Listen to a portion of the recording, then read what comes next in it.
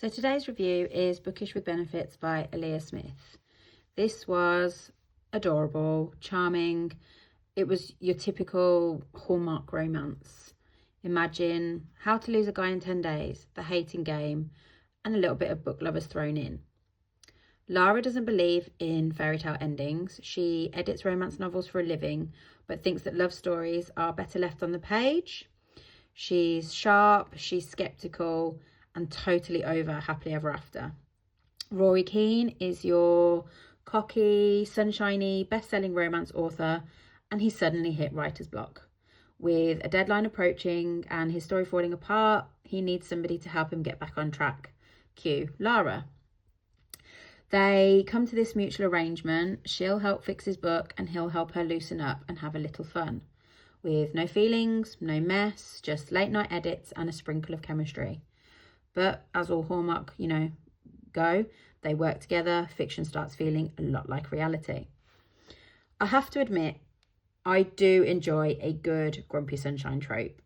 But this time, Lara is the one who's emotionally closed off and Rory's the golden retriever energy we all love. The banter between them was sharp, it was full of dry wit, and their chemistry was palpable. Their relationship has teasing, it has tension, but does have the occasional and surprisingly tender moment. However, I did find that the execution of this didn't always match the promise. The flashback skimmed over key emotional backstory, especially when it came to Lara, and I found that made certain character choices and, the big emotional declarations feel a little bit rushed or out of the blue. 1 minute you're in a full rom-com flow and the next, it's over.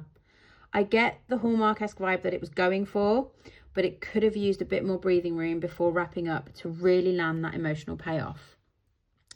As for the romance itself, I wouldn't say it was spicy, but it wasn't closed door. There's tension and build-up, but when things finally happen, they happened fast. 1 minute they're talking, the next they're in a tangle of limbs. I think even at one point I had to double back and read a few pages back because I genuinely thought I'd missed something.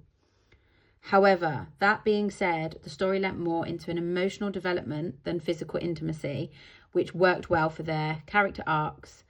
I did find some of Lara's emotional back and forth start to wear a little thin after a while. Overall, this was cute, cozy, with snappy dialogue, some great side characters, and a fresh take on the Sunshine Grump dynamic.